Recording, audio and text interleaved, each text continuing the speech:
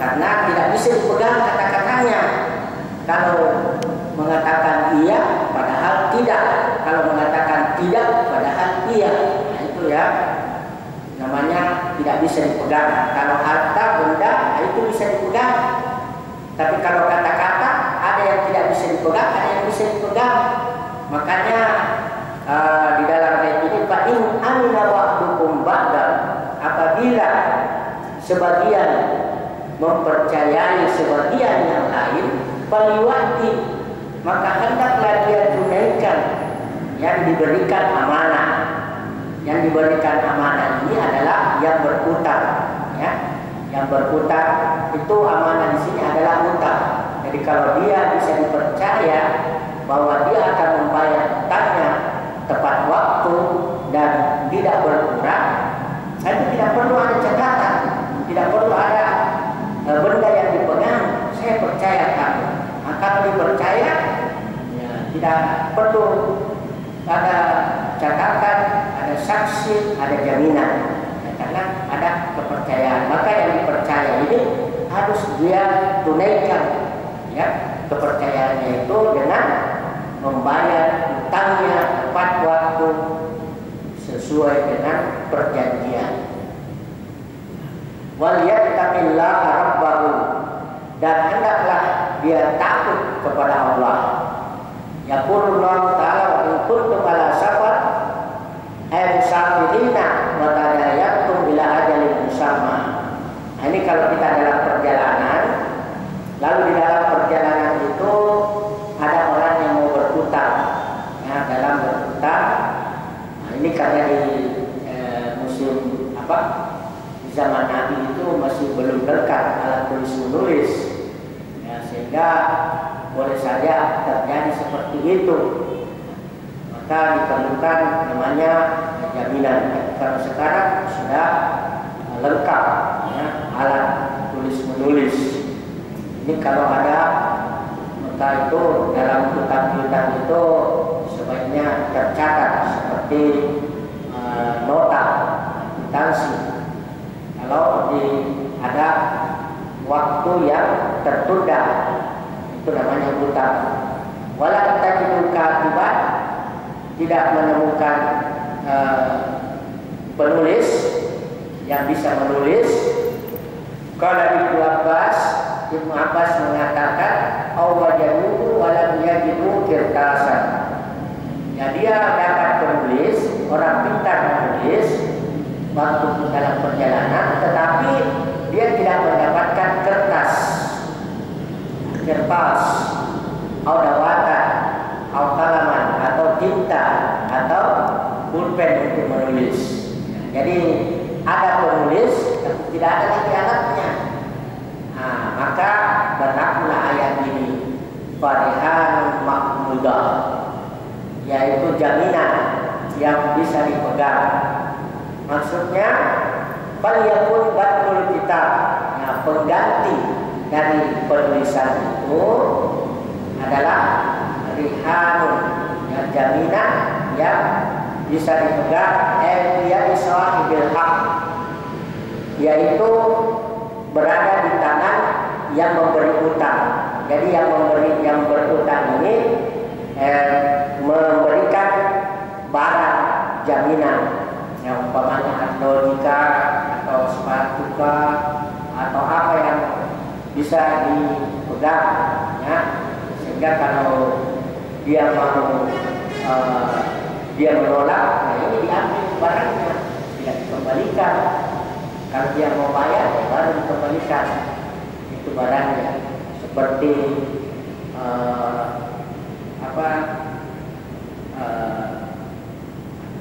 yang meminjam utang itu, kalau ada jaminan asal, ya, bukan yang kalau kita meminjam uang digadaikan emas pegadaian, ya, ada jaminannya, ya, berupa emas, berupa motor, tapi sayangnya ada bunganya, itu yang kasihan. Bunga itu yang salah satu yang tidak dibolehkan dalam Islam. Dalam Islam tidak ada istilah bunga, tidak ada istilah riba, ya. Yang ada jaminan. Ya, jaminan ada di sini tadi Fatihah. Kalau bunga itu maka gantinya bunga itu adalah kalau dipakai untuk usaha itu bagi hasil. Tapi kalau dipakai konsumtif itu tidak ada hasilnya, maka jual beli. Nah, jual beli gantinya keuntungan. Ya, saya jual sekian, kau beli sekian. Nah, bayar itu sekian.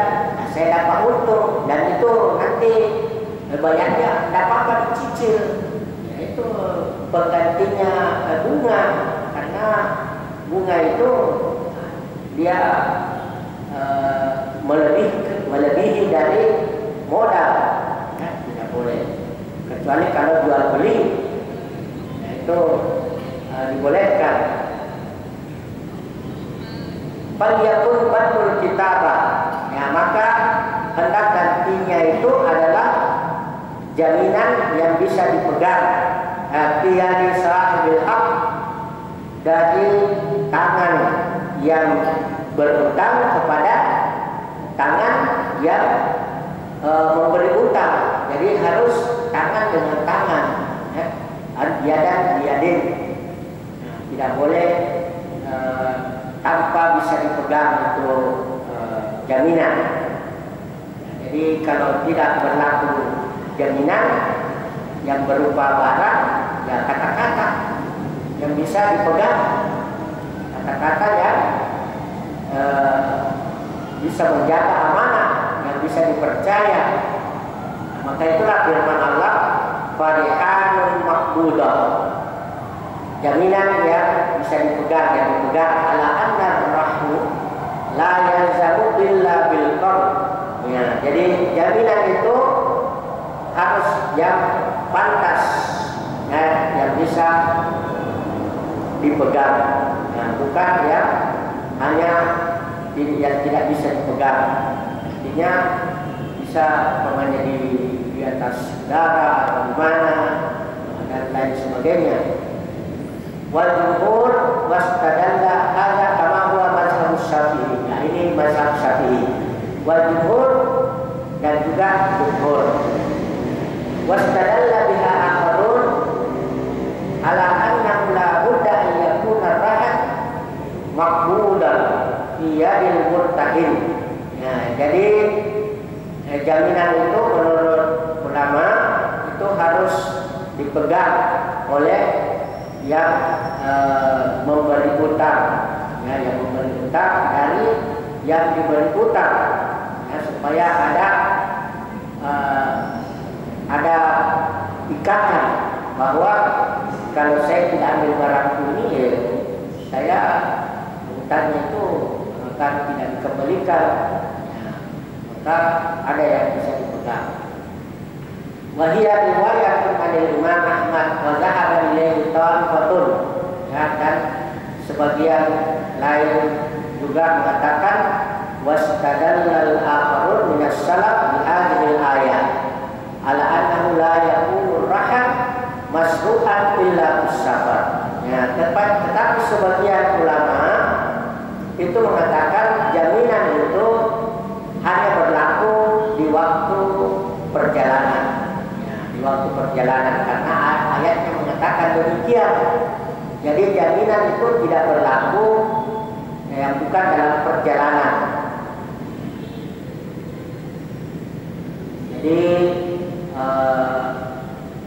itu persyaratan. Kalau Mujahid, ya, Mujahid ini ahli tafsir, ya, dari kelompok tabi'in, ya, bukan saya. Walaupun namanya juga Mujahid, ya, sama-sama namanya Mujahid, tapi beda orangnya. Ya, wa ghairuhu dan lainnya. Wa qad sabata as-sahihain, dan telah ditetapkan pada hadis sahihain an Anas, dari Anas, anna Rasulullah sallallahu alaihi wasallam, bahwa Rasulullah sallallahu alaihi wasallam tuwiya wa datihi markunatun Yahudiyin ala salisina waskan min syairin rahnan utar ahlihi. Jadi Rasulullah itu dulu waktu hidupnya dia punya jaminan yang berupa baju besi yang diberikan kepada orang Yahudi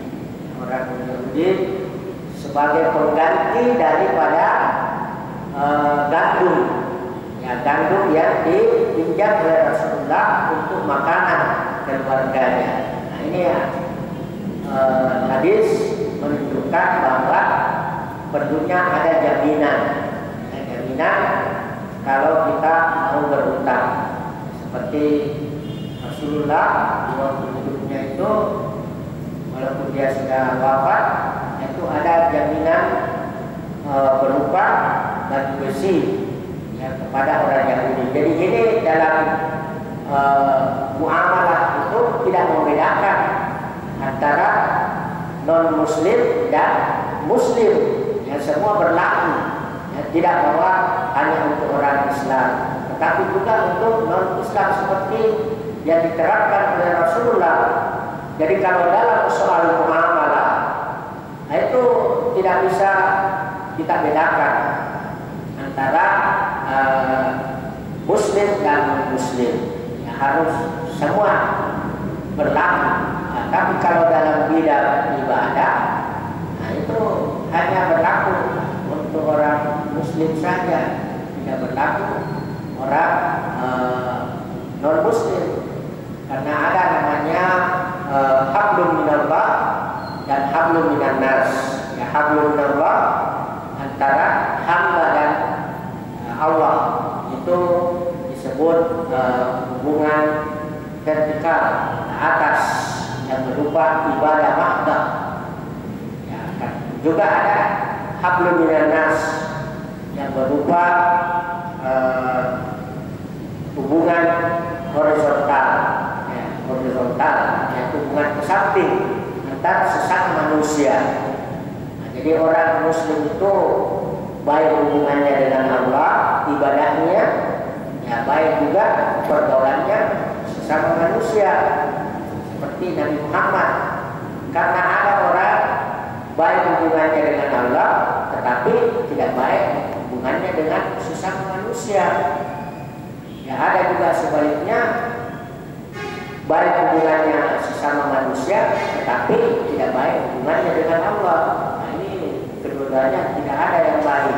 Ya, yang baik itu baik hubungannya dengan Allah, baik pula hubungannya dengan manusia. Bahkan ada yang paling tidak baik itu sudah tidak baik hubungannya dengan Allah, tidak baik lagi hubungannya dengan manusia. Nah itu orang betul-betul tidak baik sekali, ya. Sudah tidak sholat, mencuri lagi, ya itu sudah betul-betul namanya manusia yang tidak bisa dijadikan teman. Ya lebih baik itu musuh tapi pintar daripada teman tapi bodoh. Nah, karena kalau musuh pintar bisa dimanfaatkan kepintarannya, tapi kalau teman yang bodoh apanya mau dimanfaatkan? Makanya di dalam pepatah dikatakan aduun aqilun khairun min sadiqin jahil. Teman yang pintar itu lebih baik daripada musuh yang pintar itu lebih baik daripada teman yang pintar. Karena teman yang bodoh, teman yang bodoh. Ya, kalau teman yang bodoh itu bisa jadi musuh dalam selimut. Kalau musuh yang pintar itu bisa jadi teman dalam hal kepintarannya. Mungkin ada pertanyaan. Saya kira sudah paham semua ya. Wa qauluhu ta'ala, dan firman Allah mengatakan fa in amina ba'dukum ba'dan, apabila sebagian ya mempercayai sebagian yang lain. Ini ada saling percaya antara satu dengan yang lainnya. Umpamanya teman akrab, ya, teman dekat, tak perlu lagi atau saudara. Ya, yang namanya saudara mungkin itu bisa dipercaya. Nah, tapi kalau yang tidak saudara barangkali tidak bisa dipercaya. Tapi tidak semua. Karena ada juga orang yang saudara tapi tidak bisa percaya. Dan ada juga orang yang bukan saudara tapi bisa dipercaya. Jadi ini tergantung dari kepercayaan. Fa in amina ba'dukum ba'dan, maka apabila sebagian percaya kepada sebagian yang lain, falyu'addil ladzi tumina amanatahu, maka yang dipercaya itu hendaknya dia menunaikan ya kepercayaannya, ya amanahnya. Artinya dia bayar hutangnya kalau memang dia berhutang. Karena ada orang itu dia mau berhutang tetapi dalam hatinya tidak mau membayar. Ada orang seperti itu. Itu menurut Rasulullah SAW, kalau ada orang yang berhutang lalu berniat untuk tidak membayarnya, maka dia sama pencuri. Nah, dia mencuri itu karena dia sudah ada niat bahwa dia tidak akan membayar. Nah, dia hanya mau meminta, tetapi karena malu meminta, nah dia bilang ya pinjamkan dulu. Ya sama itu. Kalau dia meminjam itu sama meminta, karena tidak sama. Ya beda. Kalau meminjam harus dikembalikan. Kalau minta, nah itu tidak perlu dikembalikan. Tetapi kalau minta itu menurunkan derajat, ya, karena memperlihatkan kemiskinan. Ya orang yang memberi itu memperlihatkan kemuliaan. Ya, jadi kalau ada orang memberi, kemudian ada orang yang meminta, maka yang beri itu adalah mulia, yang meminta itu adalah hina. Ya, itu Rasulullah mengatakan al-yadul ulya khairun minal yadis sufla. Tangan atas lebih baik daripada tangan bawah. Jadi itu Islam itu disuruh memberi, bukan disuruh meminta. Ya, kalau yayasan di Saudi Arabia itu dia membentuk yayasan untuk memberi. Siapa yang mau diberi dia cari itu orang-orang yang mau diberi, yang pantas diberi. Tapi kita di Indonesia ini bikin yayasan untuk meminta. Di mana kita bisa meminta ini? Bikin proposal bilang minta. Nah ini tidak memahami Islam. Ya Islam itu sebenarnya disuruh memberi, ya bukan disuruh meminta. Maka orang yang memberi itu menandakan bahwa dia kaya, dan orang yang meminta itu menandakan bahwa dia miskin. Apalagi kalau kita keluar negeri sebagai kepala negara, we are waiting for you to invest. Itu bahasa Inggris katanya, ini minta kepada orang luar negeri. Ini memperlihatkan kemiskinan, padahal sebenarnya kita ini kaya, ya kaya sekali, banyak sekali. Ya, kalau bisa dibandingkan dengan negara-negara lain, itu Indonesia terkaya mungkin dari hasil buminya. Cuma kenapa rakyatnya miskin? Ya itu dipertanyakan. Kenapa rakyatnya miskin padahal negaranya kaya? Nah, siapa yang menikmati kekayaan itu? Nah, itulah namanya asing. Ya, asing tanpa disadari bahwa kita ini telah dijajah tanpa sadar. Ya. Kalau kita sendiri yang kelola, kita punya harta, itu kita yang akan menikmati. Tapi kalau asing yang kelola, ya mereka yang menikmati, kita ambil lancip-lancipnya saja. Maka Islam itu menyuruh kita untuk bekerja, bukan namanya saja. kerja, tapi namanya saja. Dari mana bukti? Yang penting bukti, makanya itu bukti yang perlu lebih baik banyak bertindak, tapi tidak perlu banyak berbicara. Itu seperti orang Jepang. Orang Jepang itu pintar-pintar, bikin robot di mana-mana, bikin robot. Katanya itu orang Jepang saking pintarnya itu, dia bikin supaya orang tidak mencuri, tidak berlaku jahat, dia pasang CCTV, sehingga orang yang berbuat jahat pasti tertangkap. Tapi Indonesia tidak bisa bikin CCTV, dia lebih pintar karena dia curi itu CCTV, tidak bisa tertangkap. Lawannya tidak beresan ya. Maka itu perlunya kalau syariat Islam itu dilaksanakan, pasti Allah yang jamin ya, Allah yang jamin. Pokoknya pencuri potong tangan, tidak usah ambil rasa kasihan. Kalau memang dia mencuri tidak ada dia dalam keadaan tidak butuh sekali, dia sudah kaya tapi masih mencuri, ya itu sudah wajar dipotong tangannya. Orang yang membunuh ya dibunuh. Begitulah hukum Islam.